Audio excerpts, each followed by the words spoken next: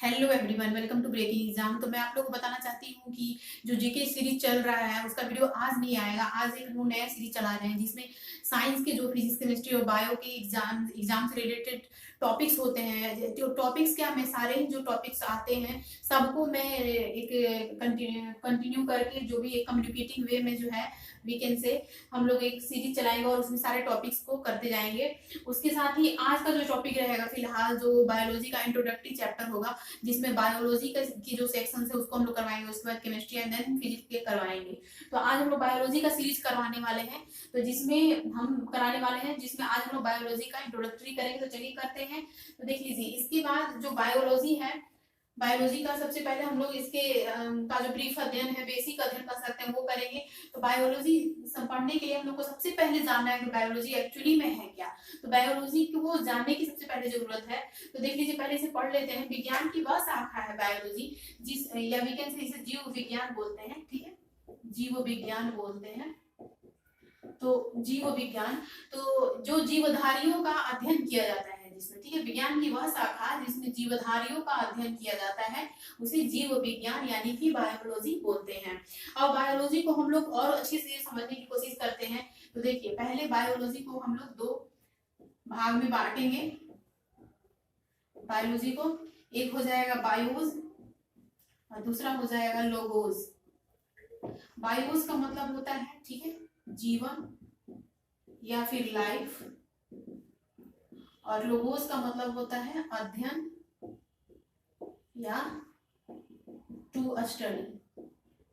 ठीक है, तो जीवन के बारे में अध्ययन हम लोग करते हैं, उसे ही बायोलॉजी बोलते हैं। तो किसका अध्ययन? तो जीवधारियों के जीवन का अध्ययन, ठीक है, उसे हम लोग बायोलॉजी बोलते हैं। और बायोलॉजी ये वर्ड आखिर में आया कहाँ से? इसका भी तो कोई उत्पत्ति हुआ होगा। इसको सर्वप्रथम किसने प्रयोग में लाया, तो वो जानते हैं। देखिए, बायोलॉजी जो है इसको सर्वप्रथम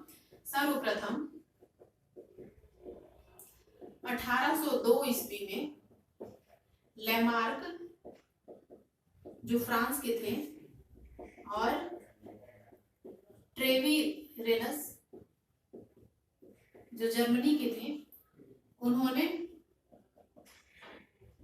प्रयोग किया। ओके, उसके बाद देखते हैं कि जो बायोलॉजी है इसका कैटेगराइजेशन हमने इसको समझने के लिए दो भागों में बांटा। लेकिन बायोलॉजी को भी है कि किसका अध्ययन करेंगे, कितने सारी चीजों का एक साथ अध्ययन हम करेंगे। पेड़ पौधों के जीव का अध्ययन, पेड़ पौधों के लाइफ का अध्ययन, फिर जीव जंतुओं के लाइफ का अध्ययन, सबका एक साथ करना बहुत ही ज्यादा ये हो जाएगा। इस वजह से इसको दो भागों में बांटा गया और फिर उनके क्लासिफिकेशन अलग अलग किए गए। तो वो देखते हैं वो कैसा किया गया। तो देखिए, बायोलॉजी को फिर यहाँ पे हम लोग दो भाग में बांटेंगे। एक हो जाएगा यहाँ पे बॉटनी और एक है जूलॉजी। बॉटनी जिसे हम लोग वनस्पति शास्त्र भी बोलते हैं या वनस्पति विज्ञान, और एक है जंतु विज्ञान यानी कि जूलॉजी।